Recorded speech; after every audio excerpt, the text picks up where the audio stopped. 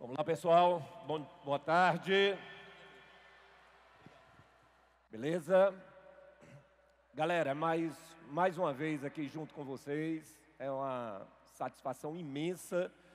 E toda vida que eu piso aqui nesse palco, eu tenho um misto de uma sensação de muita alegria. De antes de mais nada, passa um friozinho na barriga, tá? Porque a gente sabe, por mais que a gente tenha tempo de janela, tempo de estrada, já muito longa dentro do magistério, praticamente 3 décadas dando aula, a gente sempre, nesses momentos, a gente se motiva muito de continuar, porque a gente sabe o quanto vocês estão, de certa forma, desafiando cansaço, desafiando o descanso final de semana, mas a gente tem certeza que essa energia nesse momento, ou essa sinergia que existe aqui, ela é uma consequência da gente ter o mesmo propósito, da gente ter o mesmo objetivo. De vocês que estão aqui no domingo, 4 horas da tarde, com certeza todo mundo está aqui da mesma forma que estava no início dessa tarde, com a mesma motivação e com o mesmo foco, né? Então é aquela história, tijolinho por tijolinho, aula por aula, a gente vai chegar lá. Se eu tenho uma certeza absoluta, é que esse projeto, que eu já estou engajado desde o seu início, né, ele tem contribuído decisivamente e tem sido um divisor de águas importantes dentro da preparação para se atingir a universidade pública, seja a UES, seja a Universidade Federal, seja o Instituto Federal, os IFs, independentemente qual seja o objetivo de cada um de vocês. E a gente está aqui também se sentindo participante dessa história e principalmente com certeza que essa vitória vai ser atingida no término desse curso, no término dessa caminhada, na realização do Enem no final do ano, ok? Então, eu tinha que dividir isso com vocês. Para mim é muito gratificante, para mim é muito emocionante e a minha história não seria contada da mesma forma se eu não tivesse essas oportunidades de compartilhar esses momentos com vocês. Então, me sinto muito leve, me sinto muito lisonjeado de novamente estar fazendo parte desse projeto. Todos os anos a gente está aqui juntos, tentando passar algumas informações e contribuindo para que essas informações, elas antecipem ou elas possam fazer com que vocês tenham um atalho para se conseguir chegar no final dessa caminhada com a melhor preparação possível. Pessoal, lembra sempre disso, lembre que o professor Josias está falando agora. Não existe objetivo impossível. Não existe.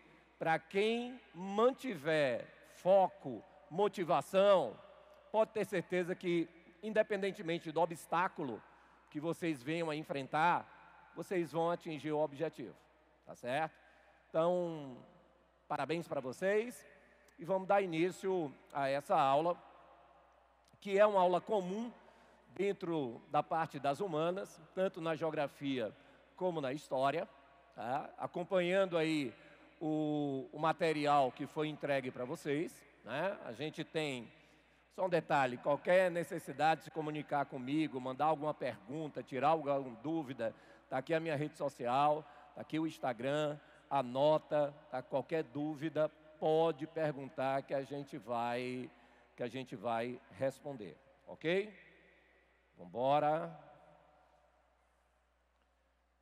Estou com dificuldade de passar. O passador aqui eu acho que não está funcionando.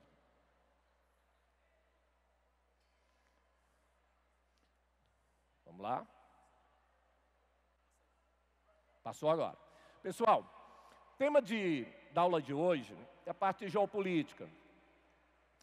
E, na verdade, vamos trabalhar aqui a parte das ordens mundiais, ou seja, vamos tentar analisar aqui o mundo pós-Segunda Guerra Mundial, 2 períodos, primeiro período que vai até o início dos anos 90. E a partir de então você tem a velha e a nova ordem mundial. Se fala hoje numa novíssima ordem mundial a partir de 2001, a partir dos atentados de 11 de setembro lá nos Estados Unidos. Mas basicamente o que é predominante na doutrina são esses dois grandes momentos, velha e nova ordem mundial. E isso faz parte de um segmento que recebe o nome de geopolítica. Ser político, pessoal, é estabelecer relações, é estar sempre aberto a novas relações. Então, quando a gente fala de geopolítico, se nós buscarmos um conceito para a geopolítica, geopolítica é como os estados se relacionam. Hoje, principalmente, a partir do momento em que o mundo se integra cada vez mais, e aí você tem as mudanças no início dos anos 90, o esfacelamento da União Soviética, uma nova ordem mundial que é caracterizada não mais por conflitos político-ideológicos, mas por conflitos econômicos comerciais, onde existe uma disputa cada vez maior por mercados. Então, a partir dos anos 90 e atualmente, é importantíssimo para um país saber ser eficiente nas suas relações internacionais. O que é fato, hoje não há como você expandir sua economia, estimular o crescimento econômico, sem se integrar. Então, esse processo de integração exige cada vez mais que você aperfeiçoe os relacionamentos internacionais. Não existe nenhuma economia autossuficiente. Até as principais economias do planeta, Estados Unidos, Alemanha, China, Japão, esses países têm uma necessidade imperiosa de estabelecer relações entre si. Ora, parece que eles enfrentam algum tipo de conflito, de rivalidade, mas, na verdade, eles se complementam. Um depende do outro. Então, isso é geopolítica. Política é estabelecer relações. Quanto mais o meu mercado for atraente, mais eu vou estabelecer transações comerciais. Tá? E, a partir dessas transações comerciais, eu vou me fortalecer para aumentar, aperfeiçoar a minha capacidade de investir e disputar outros mercados. Então, a ideia que tem que ficar inicialmente é essa. Quando se falar de geopolítica, lembra logo disso. São as diversas relações que existem entre países. E essas relações hoje são relações não mais ideológicas. Hoje não se discute mais quem é capitalista, quem é socialista. Hoje a disputa é por mercados. A disputa hoje é comercial. Então todas as relações, elas convergem exatamente para isso. E é o principal objeto de estudo da geopolítica internacional. Tranquilo? Tranquilo. Vamos lá. 1945, 1990. Nós tivemos aquilo que se denominou de Guerra Fria. Primeira coisa, Guerra Fria faz parte de um período chamado de Velha Ordem Mundial. Término da Segunda Guerra Mundial, você tem uma simbologia que é a construção do Muro de Berlim, a divisão de Berlim em 4 setores, de acordo com o resultado da Segunda Guerra Mundial. Ou seja, lembra que os países que derrotaram o chamado eixo. Quem era que constituía o eixo? Japão, Alemanha, Itália. Então, os países que estavam à frente da coalizão vencedora da Segunda Guerra Mundial são Estados Unidos, União Soviética, França e Reino Unido. Reino Unido, quando a gente fala de Reino Unido, lembra, Inglaterra, certo? Então, esses 4 países dividiram Berlim, né? Exatamente pelo fato, pessoal, e aí, quando a gente fala de Guerra Fria, a gente tem que lembrar que a Segunda Guerra Mundial, ela fragilizou até então grandes potências, final do século XIX, início do século XX, o caso da própria França, do próprio Reino Unido, que são países que, embora fazendo parte da coalizão vencedora, por serem países que foram palco, ou que estão localizados no palco da Segunda Guerra Mundial, saíram muito combalidos, saíram muito fragilizados, saíram muito destruídos. Você tem o continente europeu num continente semi-destruído. E aí começa a emergir 2 grandes forças, União Soviética e Estados Unidos. E a partir da Segunda Guerra Mundial, esses 2 países começam a disputar espaços, começam a desenvolver uma rivalidade, um conflito indireto, conceito de Guerra Fria. Por que Guerra Fria? Porque é um conflito indireto entre 2 potências que emergiram, ou seja, que a partir do resultado da Segunda Guerra Mundial, passaram a ser as 2 principais potências do planeta. Lembrem-se, um dos fatos que culminaram com o fim da Segunda Guerra Mundial foi uma medida de força imposta pelos Estados Unidos, que resultou na morte instantânea, entre agosto e setembro de 1945, que foi o lançamento de 2 bombas nucleares nas cidades de Hiroshima, 140 mil mortos, e Nagasaki, 70 mil vítimas fatais. Ou seja, os Estados Unidos estavam demonstrando para o mundo que não tinha apenas capacidade de lançar uma bomba atômica, tinha capacidade de lançar 2. É como se ele estivesse demonstrando para o mundo que a sua força, a sua máquina de guerra, não era uma mera sorte. Então lançou um ataque a Hiroshima, depois lançou outro ataque a Nagasaki. 1945, fim da Segunda Guerra Mundial.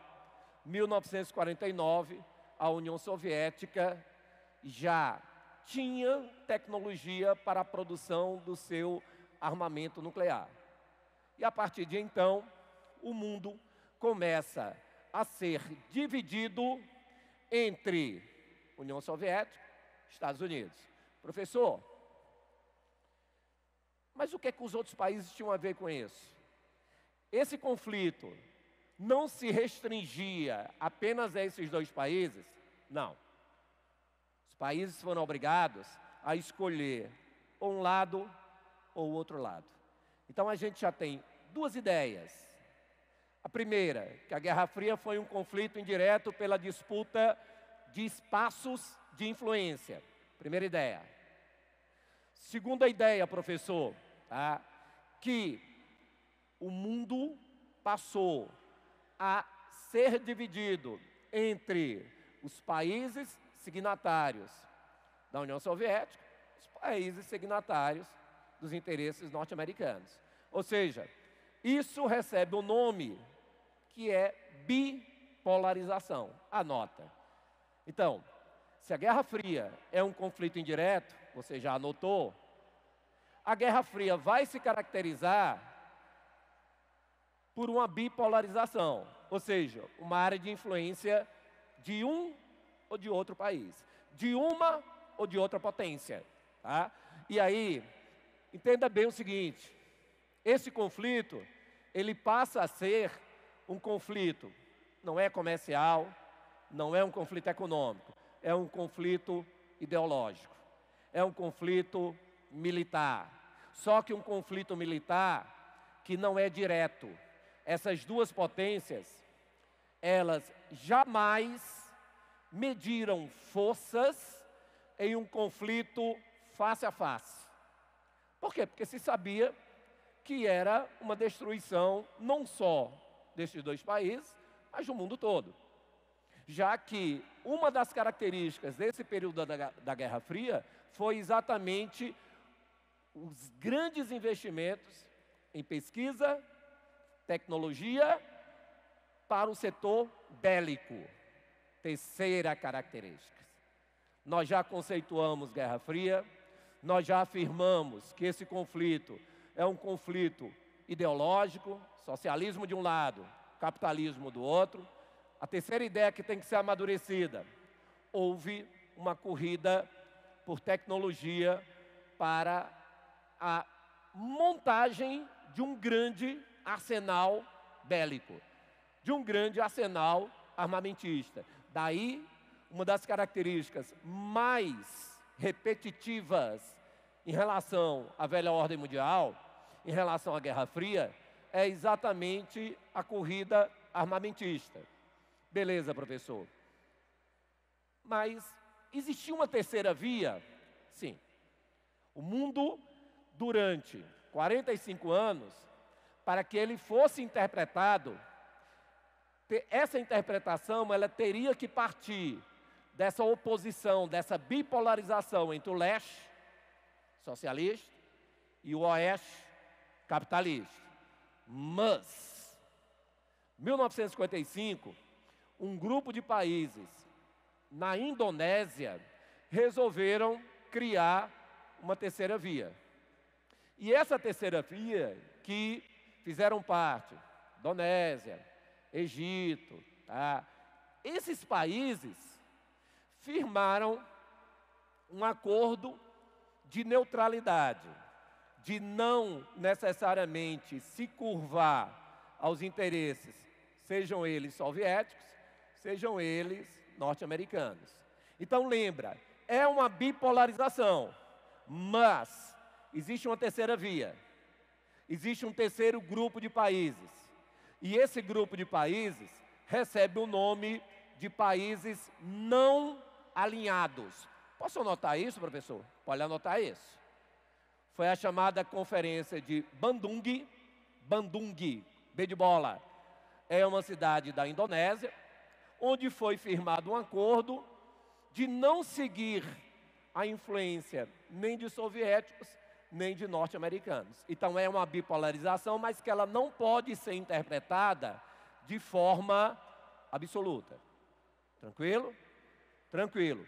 Corrida armamentista. Professor, tivemos conflitos indiretos. Sim, tivemos conflitos na Coreia, Guerra das Coreias, 1950, 1953. Tivemos conflito no Vietnã, durante mais de 20 anos. Tivemos o conflito, a crise da Baía dos mísseis em Cuba. Ou seja, conflitos indiretos. Esses países nunca, jamais se enfrentaram diretamente, mas financiaram conflitos indiretos. É uma outra característica que você vai colocar. Os conflitos indiretos durante a Guerra Fria, que colocavam em polos opostos Estados Unidos e União Soviética. Certo? Professor, foi assustador a possibilidade de o mundo enfrentar um terceiro grande evento mundial, uma terceira guerra mundial. Exato. Mas lembra sempre do seguinte: tem alguma coisa positiva nesse processo. E se tem uma coisa positiva nesse processo, e que nós estamos utilizando nesse exato momento, foi exatamente aquilo que a gente chama de corrida espacial. Ou seja, em 1957, os soviéticos colocaram o primeiro satélite artificial em órbita, que foi o Sputnik. 1960, 60, os soviéticos colocaram no espaço o primeiro ser vivo, que foi uma cadela chamada Laika. 1961, os soviéticos mandaram ao espaço o primeiro ser humano, que foi Yuri Gagarin. 1969, os Estados Unidos fizeram da missão, uma das missões Apollo, tá? Sucesso que foi mandar o homem à Lua, Neil Armstrong. Lembra sempre do seguinte, galera, do forno micro-ondas, a internet que nós estamos usando nesse exato momento e que revolucionou com as redes sociais, tá? A maneira de nós nos relacionarmos, o início dessa novela é lá na Guerra Fria. Foram os investimentos feitos na tecnologia e na tal da corrida espacial. Então, a corrida espacial, professor, foi algo positivo, muito positivo. Então, de um conflito indireto, de uma possibilidade de guerra, a gente tem algo que a gente pode extrair como positivo. A internet surgiu lá nos anos 70, nos Estados Unidos, como uma forma de aperfeiçoar a comunicação militar, que depois foi transplantada para a esfera civil. Então, é algo que é plenamente positivo. Professor, conflito. Essa ilustração foi uma questão de prova, e você nota, de um lado, Estados Unidos, do outro, União Soviética, representando a divisão do mundo entre o hemisfério leste e o hemisfério ocidental. Tome propaganda. Você sabe que o cinema norte-americano, durante muito tempo, e ainda é hoje uma ferramenta super poderosa, de se vender o estilo de vida norte-americano e de se fazer, sempre fez, uma grande propaganda, uma propaganda muito eficiente em relação ao sistema dominante, que é o sistema capitalista. Se é hoje, no passado, durante a Guerra Fria, também teve um papel importantíssimo. Ou seja, Hollywood apresentava sempre o norte-americano como mocinho e o soviético como vilão. Da mesma forma que os filmes norte-americanos em relação à Segunda Guerra Mundial, coloca sempre os alemães como os vilões, né? Professor, e não eram não? Isso na visão ocidental. Talvez a visão oriental seja totalmente diferente. Assim como é hoje, os filmes que retratam os povos árabes, a partir da guerra ao terror, a partir dos anos 90, todo árabe passou a ser considerado um terrorista em especial. E os filmes retratam muito isso. Então você tem também uma ferramenta poderosa, que é o controle da mídia, que é o controle do aspecto cultural, tentando colocar um lado como o mocinho e o outro como inimigo número um. Tá? E isso foi muito retratado aqui no Ocidente, né?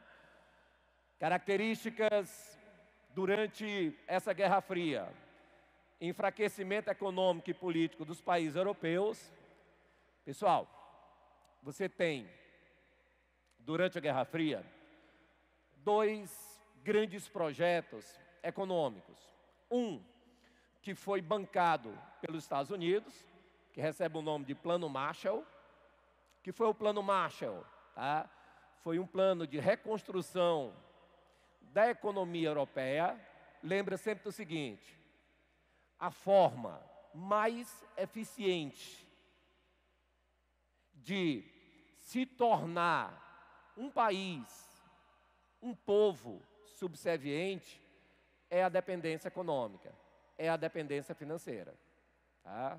Eu estou olhando aqui para dezenas de mulheres que estão aqui, antes de mais nada, porque querem ingressar na universidade, se qualificar, ir para o mercado de trabalho e também, por que não, tá? Ter a sua autonomia, independentemente da ajuda ou não de um companheiro. e isso a gente sabe que não para de crescer. Ninguém aqui quer depender do companheiro, da companheira, dos pais. Todo mundo aqui está correndo atrás dessa autossuficiência. Então o Plano Marshall tinha um objetivo: ajudando no processo de reconstrução do mundo capitalista, principalmente dos países europeus que estavam enfraquecidos. Os Estados Unidos se reafirmavam como uma grande potência. Ponto. Plano Marshall do lado norte-americano. Houve uma reação por parte dos soviéticos ao criarem o Conselho de Cooperação ou de Assistência Econômica Mútua, chamada Comecon. Professor, o que foi essa Comecon? Foi exatamente uma resposta ao Plano Marshall. Lembra sempre do seguinte: nós vivenciamos um período na história da humanidade que sempre a reação ou uma ação de um correspondia a uma reação do outro. Então o Plano Marshall, tá, teve como resposta o Conselho de Assistência Econômica Mútua, criado para ajudar os países satélites da União Soviética. Que países são esses, professor? Chamada Europa Oriental. A gente sabe que se construiu uma fronteira que se denominou de Cortina de Ferro, que era exatamente aquela área de dominação por parte dos soviéticos, que sempre impuseram restrições aos direitos e garantias individuais e sempre mantiveram sua área de influência através do chamado autoritarismo. Ponto. A gente vai falar um pouquinho mais depois. Mas a Comecon tinha como objetivo dar uma resposta para o lado socialista do que o Plano Marshall estava fazendo do lado ocidental. Em ambos os casos, você tem duas planificações do ponto de vista econômico que tinham a função de estimular a cooperação, tá, entre países que precisavam de ajuda e uma ou outra grande potência. Ponto. Outro detalhe. A gente sabe que era importante, nessa época, saber os passos do inimigo. Foi criado do lado dos Estados Unidos uma central de inteligência, que até hoje existe, que é a CIA, e do lado soviético nós tivemos uma resposta, que foi a KGB. O atual presidente da Rússia foi formado na KGB, o Vladimir Putin. Então, dois órgãos de investigação, de tentativa de antecipar determinados passos, de saber o que o adversário estava fazendo. Tá? E lembra, sempre, algo que um fazia era revidado, retrucado pelo outro país. Então, dentro desse processo de enfraquecimento daquelas velhas potências, no caso da Europa, tá? Alemanha e Japão tinham sido bastante combalidos. Né? O Japão lá na Ásia, a Alemanha na Europa. França e Reino Unido, apesar de fazerem parte da coalizão vitoriosa, também são países que sofreram demais a partir do fim da Segunda Guerra Mundial, ou com a Segunda Guerra Mundial. Conflito ideológico já falamos. Isso aí é a divisão de Berlim. Observa que a construção do Muro de Berlim foi, talvez, uma das coisas mais emblemáticas. Existia, logo depois da Segunda Guerra Mundial, uma migração de alemães orientais na direção da Alemanha Ocidental, na direção de Berlim Ocidental, tá?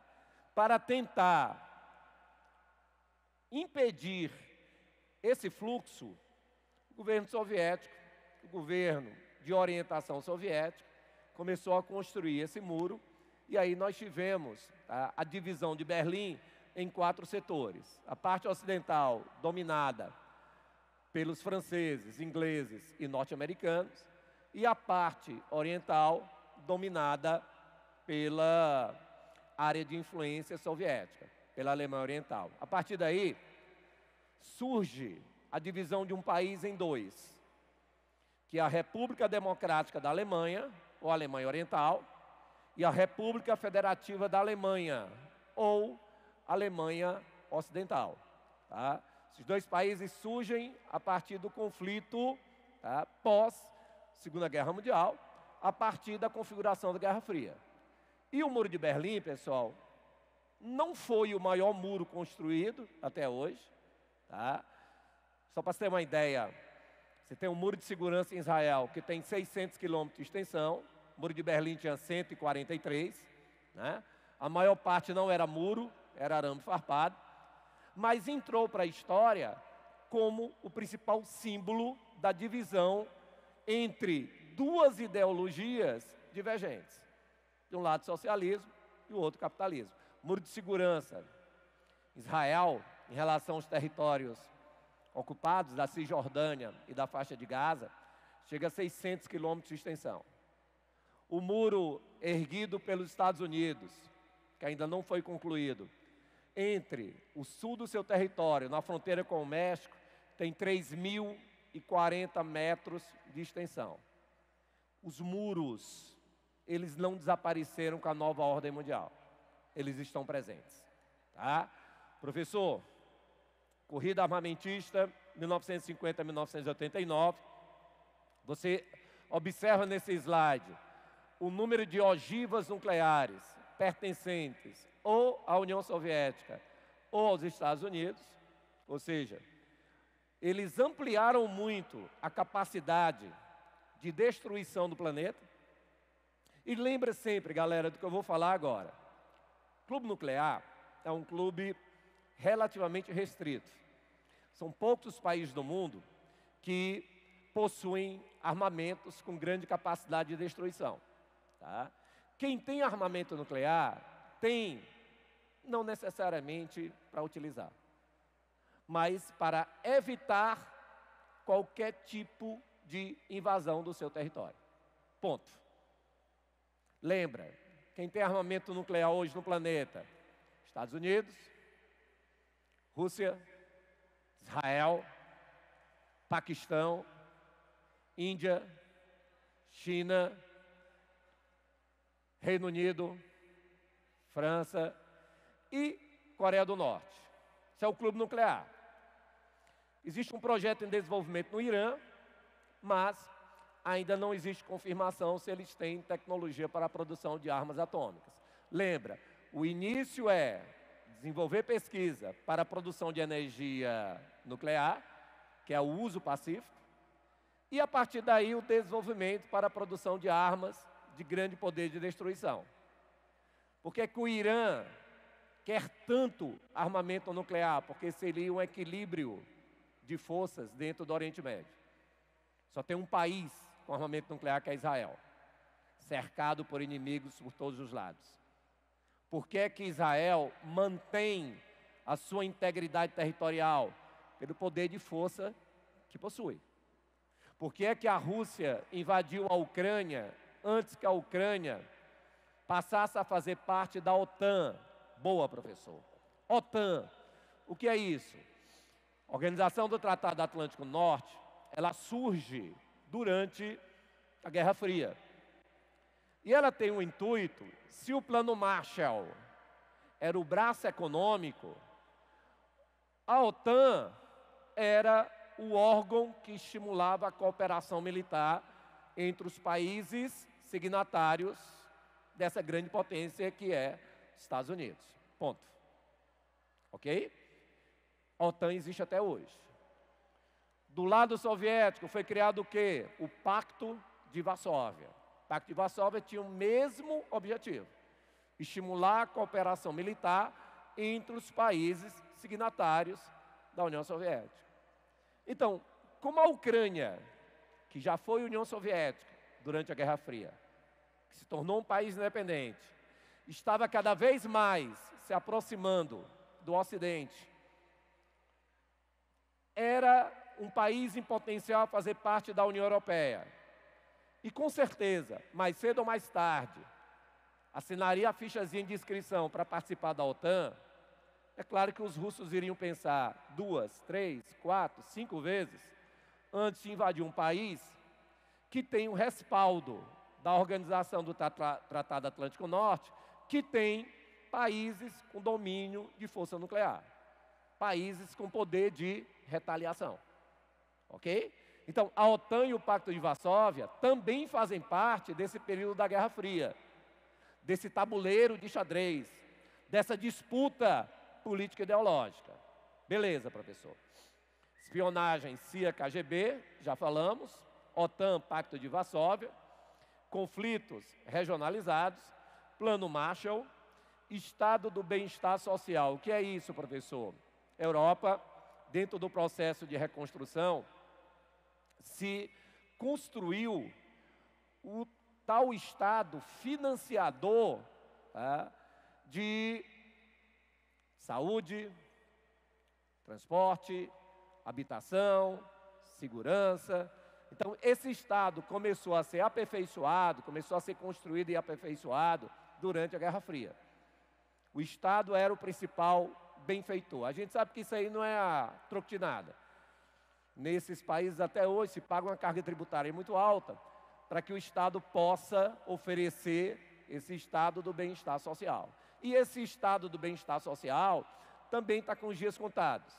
Cada dia que passa, também na Europa, existe um desmonte, tá, e um processo de privatização, tá, coisa que é comum hoje em todo o mundo capitalista, mas começou durante a Guerra Fria. O que é essa doutrina Truman, professor?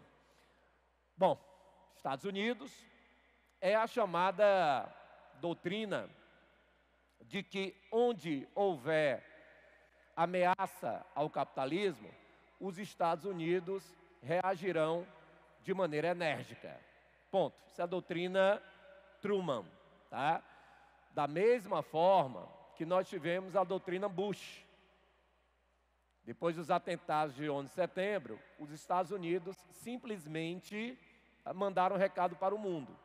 Onde quer que exista ameaça terrorista, os Estados Unidos não respeitarão qualquer soberania territorial do país. Foi a partir daí que houve a invasão do Iraque, foi a partir daí que houve a caça aos terroristas da Al-Qaeda e Companhia Limitada, né? Mas a doutrina Truman tinha mais ou menos isso. Tentar inibir, coibir qualquer possibilidade de contaminação socialista ou expansão socialista. A partir dessa doutrina Truman, nós tivemos vários conflitos. Dentre eles, a Guerra das Coreias, que culminou com a divisão de uma nação em 2 países. A gente sabe que a Guerra da Coreia começa em 1950, quando os Estados Unidos dão apoio à parte sul, tentando deter a expansão do socialismo, tentando deter a expansão do comunismo. Em 1953, esses países assinam um acordo e dividem essa nação, chamada Coreia, em 2 países. A partir do paralelo 38, Coreia do Norte, abaixo do paralelo 38, Coreia do Sul, 2 países que se mantêm até hoje. Socialista ao norte, capitalista ao sul. Professor, essa Guerra Fria, ela não culminou, e a própria Segunda Guerra Mundial não gerou como consequência a formação de uma organização supranacional para mediar e para inibir conflitos? Sim.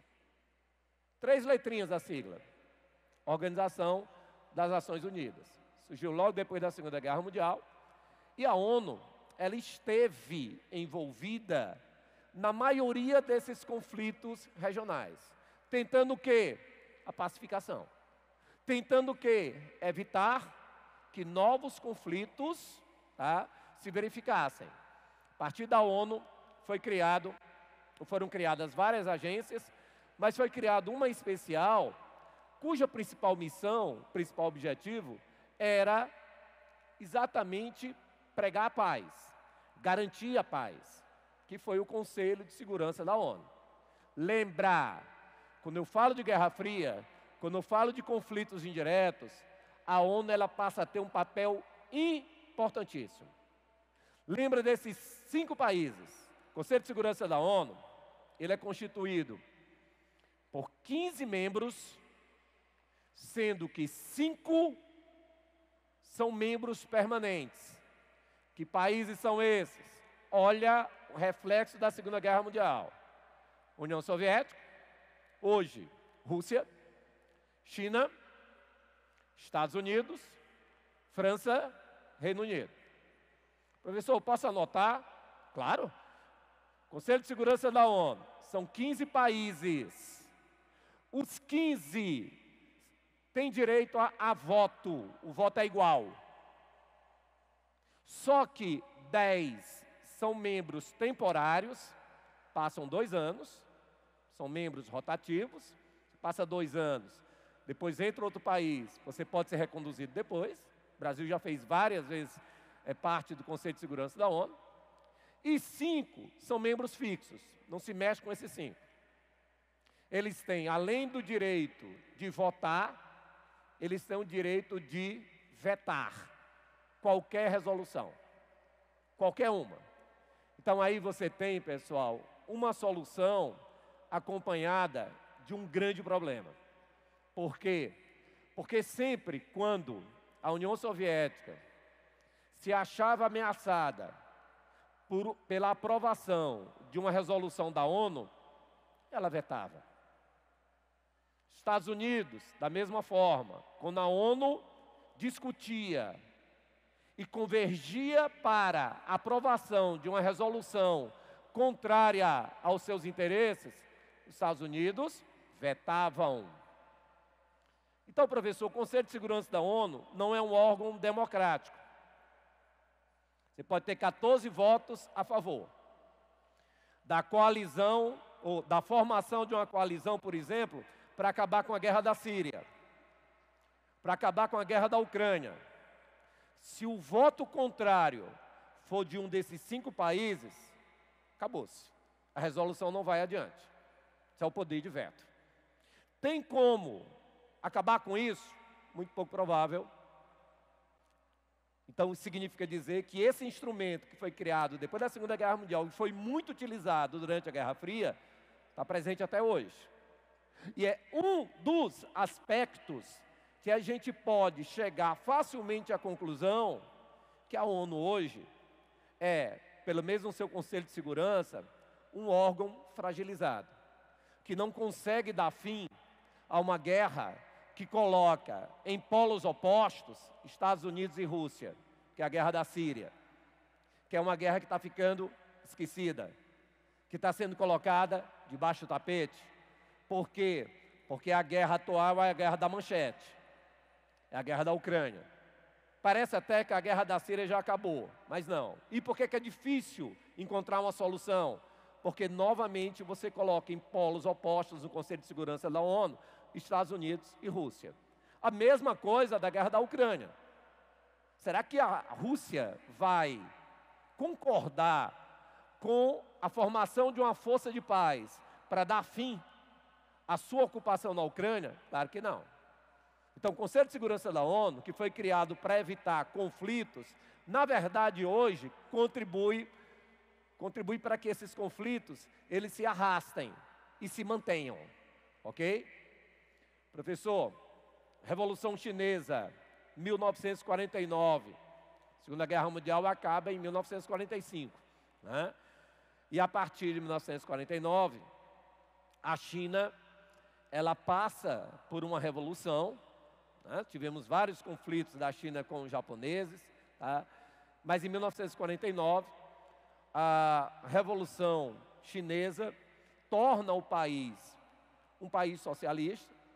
A partir daí, a China passa a ter um governo muito mais autônomo do que subserviente à União Soviética.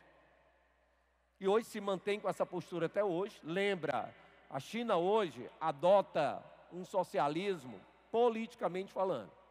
Ou seja, é um país que é um socialismo de mercado. Politicamente, fechadinho. Economicamente, as nações mais abertas do planeta, certo? Mas um dos eventos durante a Guerra Fria foi a Revolução Chinesa. Guerra das Coreias, nós já falamos, se mantém até hoje. Um resultado desse conflito, então, professor, a Guerra Fria acabou, mas reflexos da Guerra Fria, eles são encontrados no planeta até hoje, sim. E o fato de você ter um país paupérrimo, empobrecido, que é a Coreia do Norte, e uma das nações mais desenvolvidas, que é a Coreia do Sul, que é capitalista, é um reflexo disso. Tá? Lembra sempre do seguinte, aqui ninguém está, principalmente o professor, ele está afirmando que o capitalismo é o ideal ou o socialismo é o melhor sistema. Não, a gente está analisando fatos. Você tem um país muito empobrecido, que é a Coreia do Norte, que é socialista, mas você tem hoje o segundo maior PIB do planeta, que deve inclusive superar os Estados Unidos até 2030, que é um país socialista, pelo menos politicamente falando, que é a China. Tá? Então a gente vai se deparar, pessoal, com pontos positivos e negativos em ambos os sistemas, tanto no capitalismo como no socialismo. Isso é fato. Por isso que ninguém está aqui para puxar a brasa para a sardinha de um ou de outro. A gente está aqui analisando, basicamente. Guerra do Vietnã foi um dos conflitos que os Estados Unidos saíram derrotados, saíram praticamente humilhados. Tá? Se imaginava que era um conflito muito rápido, pelo próprio fato dos Estados Unidos terem uma máquina de guerra, mas é óbvio que os vietnamitas tiveram a ajuda que foi substancial por parte dos soviéticos e conseguiram fazer com que os norte-americanos saíssem humilhados desse conflito. Então, a Guerra do Vietnã foi outro conflito. Levante da Hungria, Revolução Cubana, crise dos mísseis, Primavera de Praga. Queria citar aqui dois desses conflitos. A Primavera de Praga, na ex-Tchecoslováquia, né? E o levante da Hungria, foram duas manifestações, pessoal, em busca de um socialismo mitigado, de um socialismo mais humano. Primavera de Praga, ela reivindicava liberdade de expressão, ela reivindicava liberdade intelectual, tá? Ela reivindicava, tá? um amortecimento ou uma redução do autoritarismo por parte dos soviéticos. Tá? Então, foi um protesto que começou na esfera estudantil, tá? E que culminou com uma repressão do Exército Vermelho, que culminou com uma repressão por parte do governo que seguia a orientação dos soviéticos. Então, Primavera de Praga e o Levante da Hungria foram duas tentativas de tentar amenizar o autoritarismo por parte dos soviéticos. Porque, se você me perguntar, professor, em algum país o socialismo foi introduzido sem ser acompanhado de cerceamento, limitação às liberdades individuais e coletivas? Não. Onde quer que ele tenha sido tentado, introduzido, ele foi acompanhado de uma ausência das liberdades individuais e coletivas, direito de ir e vir e liberdade de expressão. Ok? Professor, essa crise dos mísseis, 1961, os soviéticos resolvem instalar uma base militar com mísseis direcionados para os Estados Unidos, a 1h30 de Miami, que é exatamente no território cubano, que tinha passado por uma revolução, tá? Que era um país socialista, e que, óbvio, esse tipo de manifestação para os Estados Unidos era um verdadeiro ato de guerra. Então, durante 13 dias, o mundo viveu a maior tensão. Isso aqui é importante, galera. Durante a Guerra Fria, os momentos com maior tensão, com maior possibilidade de um conflito direto entre esses dois países, foi a crise dos mísseis lá na Baía dos Porcos, em Cuba, em Havana, tá? E a gente fala que houve um acordo, na época, presidente dos Estados Unidos, John Kennedy, tá? Aliás, tem aqui, eu estava pedindo água, mas água tem aqui. E secretário-geral do Partido Comunista, tá? Que, na época, acordaram em desativar uma base militar norte-americana na Turquia e desativar a base militar soviética em Cuba. Então foi um acordo em que se abriu mão e a partir daí, depois de 13 dias de negociação diplomática, se chegou a um denominador comum, tá? E ambos os países resolveram desativar duas bases que eram o centro da discórdia. Uma na Turquia, por parte dos Estados Unidos, com mísseis direcionados para Moscou, tá? Para a União Soviética, e, obviamente, a base militar instalada por Cuba, tá? Obrigado, ali já tem, mas obrigado, viu? Em Havana, lá em Cuba, ok? Vamos embora. Nova ordem mundial, a partir dos anos 90. Lembra do seguinte, todo esse conflito político-ideológico, ele foi direcionando cada vez mais investimentos para se manter a área de influência. E isso foi minando a capacidade, principalmente soviética, de investimento. O país foi se fragilizando do ponto de vista econômico. Ainda se tentou, no final dos anos 80, com Gorbachev, se salvar toda essa área de influência, mas já era praticamente impossível. Gorbachev, ele teve duas iniciativas importantes, que foi a Glasnost e a Perestroika, uma tentativa de reestruturar todo o sistema, tá? Mas que culminou em não dar certo, ou não deu certo. Lembra, depois de 45 anos, estava faltando oxigenação. A União Soviética estava se asfixiando pelo fato de estar bastante combalida pelo direcionamento de recursos que só fortaleciam a área militar, tá? Basicamente, esse enfraquecimento levou à desintegração dos países que antes eram signatários à União Soviética. Um a um foi dando o seu grito de independência, que culminou com o próprio esfacelamento das repúblicas que formavam a União Soviética. Então, a Guerra Fria, ela se inicia a partir do final da Segunda Guerra Mundial, teve como símbolo a construção do Muro de Berlim, e tem como simbologia, um término a partir da queda do Muro de Berlim em 1989. O fim oficial da Guerra Fria acontece em 1991, com o desaparecimento da União Soviética. Ou seja, um dos fatos mais importantes dessa nova ordem mundial, pessoal, vai ser exatamente o reordenamento territorial. Novos países surgiram, ou seja, República Tcheca, Eslováquia, Eslovênia, tá? Lituânia, Letônia, Estônia, Alemanha reunificada.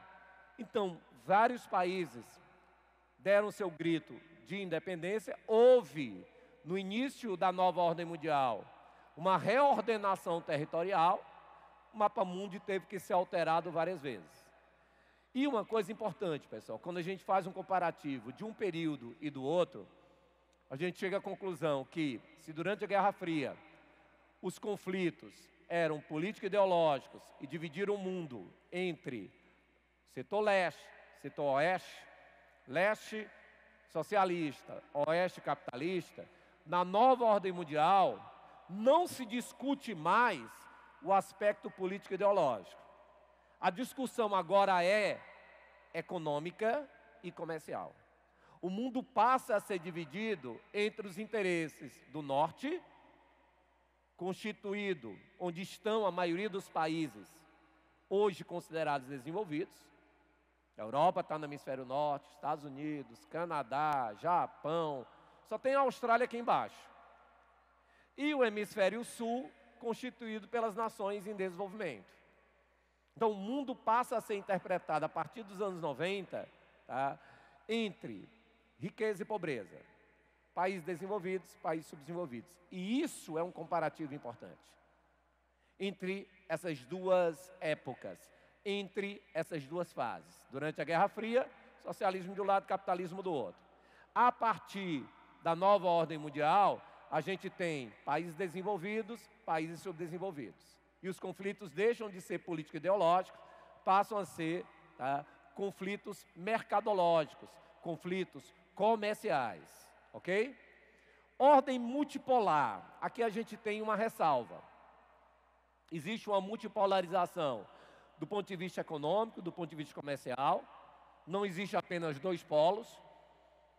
Tá? Existem vários polos, tá, de comando, vários eixos de comando do ponto de vista econômico. Tá? Mas existe uma unipolaridade do ponto de vista militar. Então, quando eu falo de nova ordem mundial, eu falo de uma multipolarização do ponto de vista econômico, surgimento dos blocos regionais, aperfeiçoamento da União Europeia, surgimento do Mercosul, surgimento da APEC, surgimento da UNSCA, antes NAFTA e assim por diante. Existe uma briga, um conflito hoje pelo controle de mercados, certo? Mas do ponto de vista militar, com o enfraquecimento da Rússia, a gente passa a ter os Estados Unidos como principal potência do ponto de vista militar. Mesmo assim, a gente volta a falar do clube nuclear. Quem tem armamento nuclear hoje, obviamente, tem uma possibilidade maior de não ser, tá, atacado, invadido, ameaçado. Ponto. Mas existe uma unipolaridade. Apesar da Rússia ainda ter um grande arsenal bélico, os Estados Unidos são disparadamente a principal máquina de guerra do planeta. Ok? Conflitos econômicos e comerciais, nova divisão internacional do trabalho. O que é isso, professor? Vamos lá. Lembra do seguinte, você tem essa divisão internacional do trabalho, o que é isso? É a relação que existe entre países. Até a Segunda Guerra Mundial, a gente tinha países como o Brasil, como meros fornecedores de commodities. Vamos lá, Josias, o que é commodity? Que a gente escuta tanto falar nos meios de comunicação.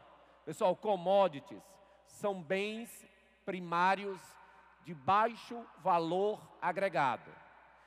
O que é valor de agregação? Anota. São produtos que são aperfeiçoados tecnologicamente falando, que têm aperfeiçoamento ou não tecnológico. Então, quando a gente fala de informática, alto valor de agregação. Quando a gente fala de soja, de petróleo, de aço, baixo valor de agregação. Então, até a Segunda Guerra Mundial, os países subdesenvolvidos eram meros fornecedores de commodities e compravam os produtos manufaturados. O que é um produto manufaturado? Produto industrializado. A partir da Segunda Guerra Mundial, durante a Guerra Fria e atualmente, na nova ordem mundial, os países subdesenvolvidos passam também a ser grandes produtores de manufaturados. Eles não produzem produtos de alto valor agregado. Esses produtos ainda estão concentrados nas nações desenvolvidas. Mas produzimos e exportamos automóveis, produzimos e exportamos eletrodomésticos.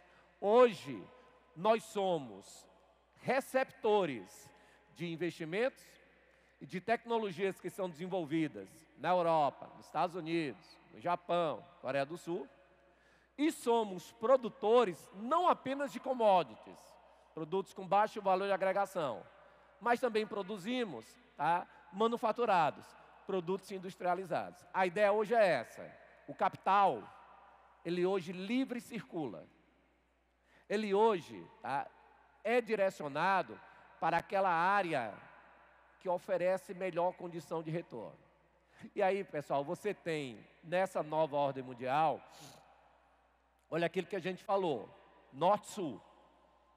Olha onde é que a gente está localizado, na parte do mundo subdesenvolvido. Então, o mundo é dividido entre países do norte e países do sul. Lembra, isso aqui não pode ser analisado de maneira rígida. A Austrália está no hemisfério sul. A Austrália é um país desenvolvido. Tá? A Índia está no hemisfério norte. A Índia é um país subdesenvolvido. O que está se querendo dizer aqui é que hoje as relações, elas se verificam entre os países desenvolvidos, a maioria no hemisfério norte, e países subdesenvolvidos, a maioria no hemisfério sul. Ah, professor, mas isso é tão simples. Pessoal, lembra do seguinte: vocês vão encontrar na prova de geografia questões fáceis. Não se preocupem em estar estudando assuntos com alto grau de complexidade. Vocês vão ser indagados questões que, pelo próprio tempo de resolução, são questões fáceis. Para você dominar aquilo que é mais complexo, você tem que partir de uma informação básica. Por isso que é importante você rever isso aqui. Por isso que é importante você armazenar essas informações. Tá? Vamos lá? Vamos fazer os exercícios aí da apostila? Vamos embora. Pelo menos iniciar, né? Discutir alguns. Primeira questão diz o seguinte: do ponto de vista geopolítico, a guerra, a resolução está muito grande viu, Fábio? Não está dando para ler direitinho aqui, não. Ou me dá uma apostila, ou a resolução do slide tá difícil. Está cortando aqui as palavras. Me ajudem.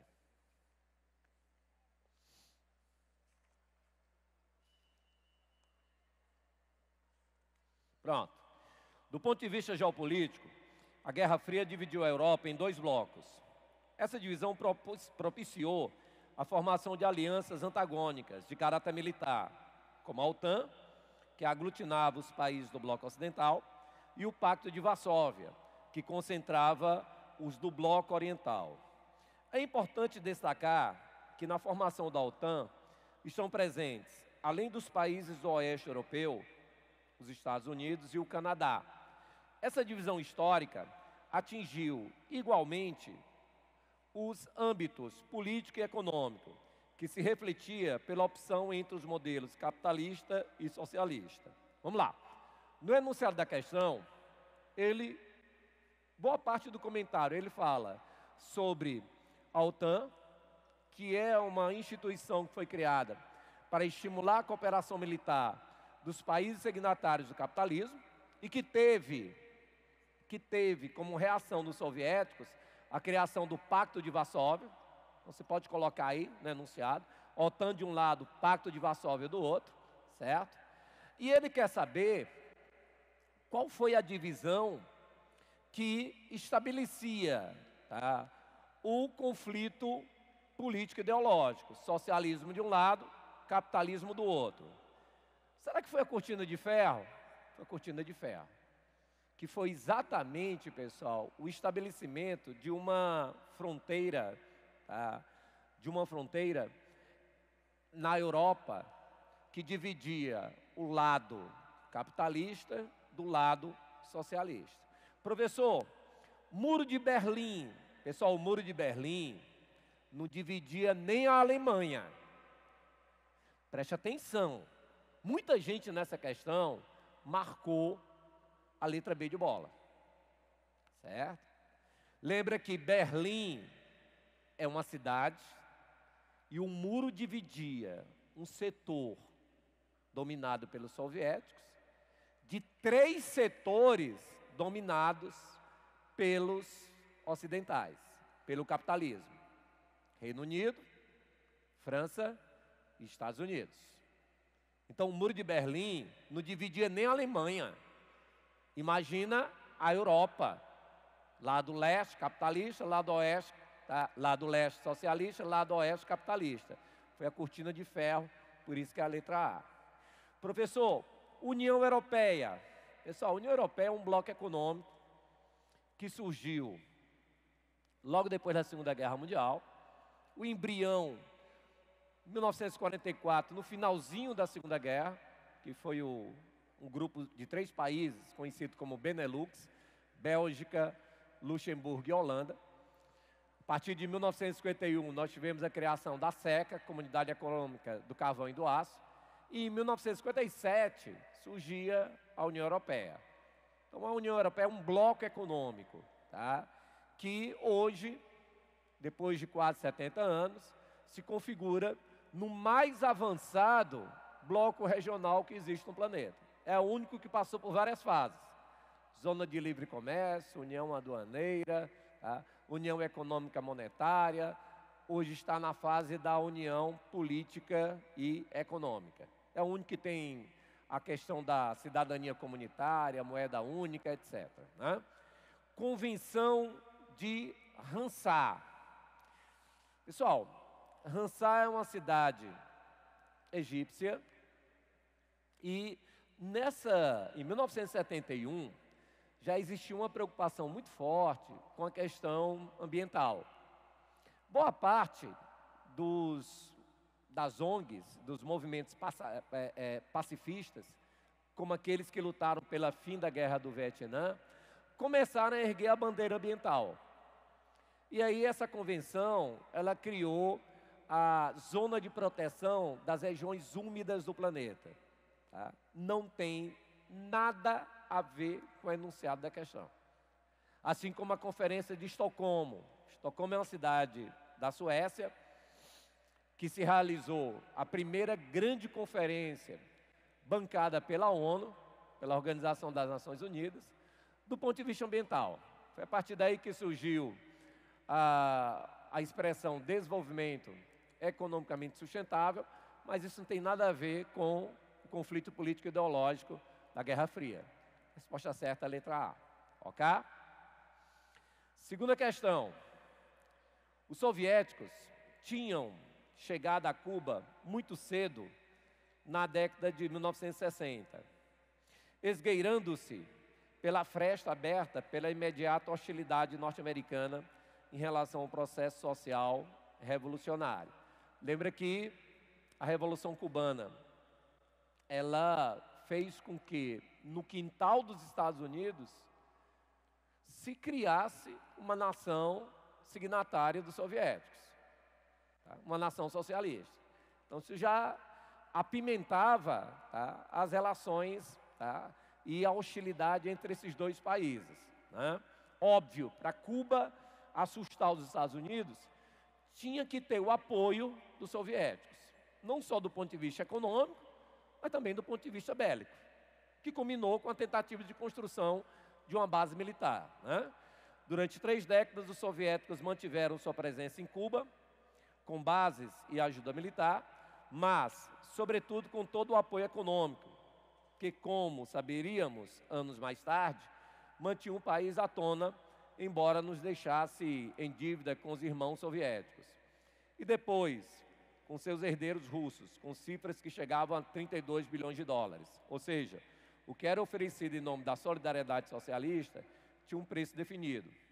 O texto indica que, durante a Guerra Fria, as relações internas em um mesmo bloco foram marcadas, indiscutivelmente, pessoal, pela predominância de uma potência. Ou seja, na verdade, os soviéticos, eles ajudavam a manter Cuba com uma função primordial de manter a sua hegemonia. Então, busca de neutralidade política, estímulo à competição comercial, subordinação à potência econômica. Lembra do que nós falamos em relação ao Plano Marshall? A forma mais fácil de dominar, de trazer para a tua área de influência, é através da subserviência financeira, da subserviência econômica. Então é como se os soviéticos comprassem a manutenção do socialismo em Cuba, com toda essa ajuda que foi dada durante mais de 3 décadas, até o desaparecimento da União Soviética. A partir do momento que a União Soviética desapareceu, a torneira fechou. E Cuba passou a enfrentar uma crise econômica permanente. Por quê? Porque, simultaneamente, você tem uma introdução ou a criação de um bloqueio comercial imposto pelos norte-americanos. Letra C, o item verdadeiro. Terceira. Está terminando, pessoal. Só mais um pouquinho de... Vamos só fazer essa terceira, aí a gente conclui. Os 45 anos que vão do lançamento das bombas atômicas até o fim da União Soviética não foram um período homogêneo, único na história. Deixa eu ver aqui que eu me perdi. Tá? Único na história do mundo. Dividem-se em 2 metades. Tem como divisor de águas o início da década de 70. Além disso, a história desse período foi reunida sob o padrão único pela situação internacional peculiar que o dominou até a queda da União Soviética.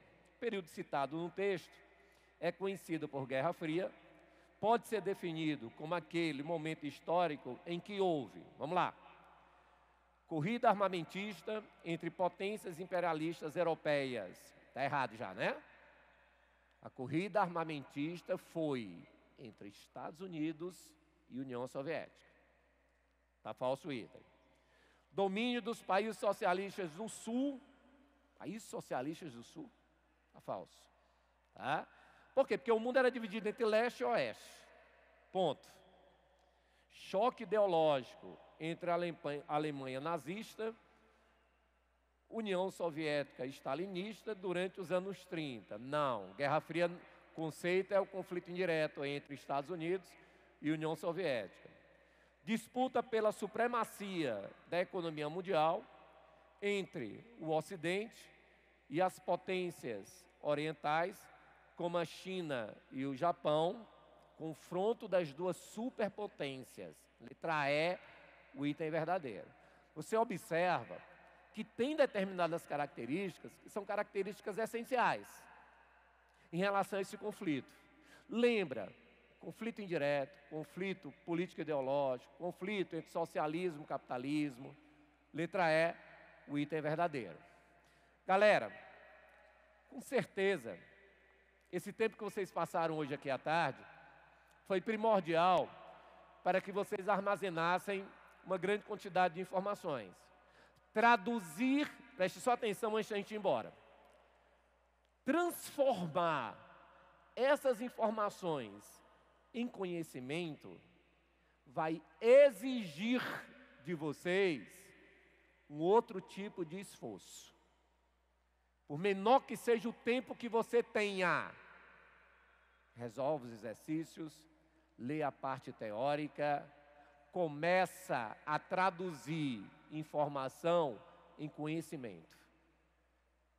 Vir para cá já é importante, mas não é o suficiente. Você tem que ter essa outra entrega, que eu tenho certeza que por mais que muita gente aqui trabalhe, por mais que muita gente aqui tenha filhos, marido, esposa, companheiro, sabem que é importante se criar uma rotina, 15 minutos, 30 minutos, 1 hora por dia, mas estar constantemente revisando essas informações e só assim vocês vão transformá-las em conhecimento. Certeza que a gente ainda vai se encontrar nessa caminhada e pode ter convicção do seguinte: vocês tornaram o meu início de semana muito mais abençoado, muito mais gratificante. Eu só ganhei em estar aqui com vocês. Palmas para vocês, um abraço, até a próxima ocasião, tá bom? Tchau.